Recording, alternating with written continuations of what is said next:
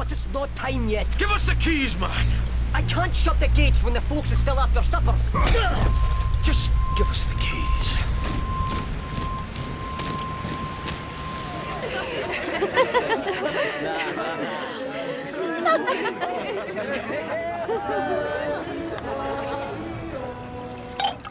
Inside the castle, the youth pouring himself a drink is Mary's husband, Henry Darnley. He is 22, tall and extremely good-looking, with an educated, arrogant manner.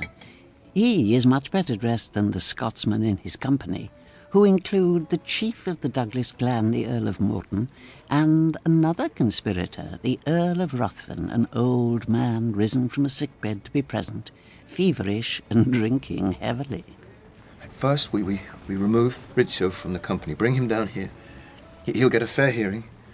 She can be informed of our decision, quite coldly, after it's over. I have the key. Murray with you? No, he hasn't arrived yet. There was no need to send for him in the first place. This is done on my authority. Isn't that enough? I'm more than enough. Very well, then. I lead the way. And the rest of you follow. And I want no violence. You understand? Of course. She's carrying a child. I don't want her hurt. Not your child. There's no proof of that. What proof do you want? If you've not seen them together, we have to crawl on our bellies till the little Italian is... You ready, Donley? Take your leave from me. And remember, I'll deal with her. Leave that part to me. Morton has picked up a knife in an ornate sheath which he hands to Darnley. Just in case, sir. Darnley hesitates before accepting it. And finally, we arrive inside the small, claustrophobic chambers of the Northwest Tower of Holyrood, the chambers of the Queen. The walls are hung with French tapestries. An informal supper is being served, and guests are being serenaded by her private secretary, David Rizzio, as Darnley enters. We didn't know you'd be joining us.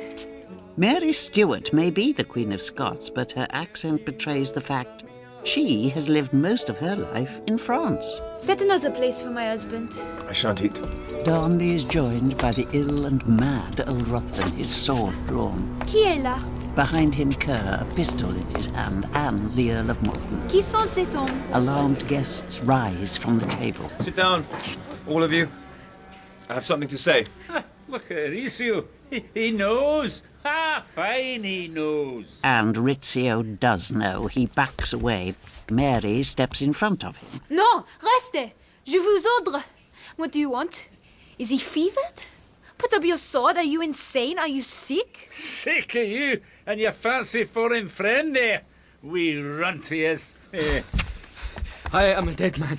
Sono finito. Sono morto. Kerr aims his pistol at the Italian, but Mary steps in front of it. Is it me you want to kill? And my child?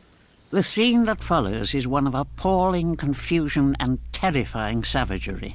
Darnley knocks Kerr's hand away, putting his arms around his wife.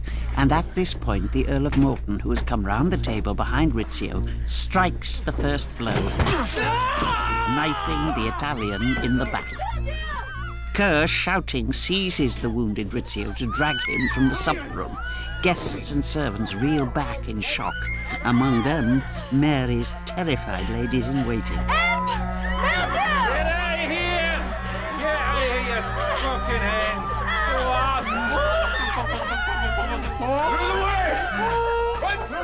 Kerr hauls the dying Rizzio into the audience chamber, followed by Ruthven and Darnley, now white as a sheet. He throws Rizzio's body down and then strikes the fatal blow to finish him off. As Mary Stuart gets slowly to her feet, we are aware now for the first time that she is heavy with child. She supports herself by leaning against the stone wall, aware that her hand is wet and sticky. She moves, inch by inch, towards the door into the bedroom, calling on her last resources of courage and strength. In the audience chamber, Morton has joined the murderers. You lied to me. You lied. There was to be no violence. We said no violence up here. You lied. Listen. They cross to the window. Outside...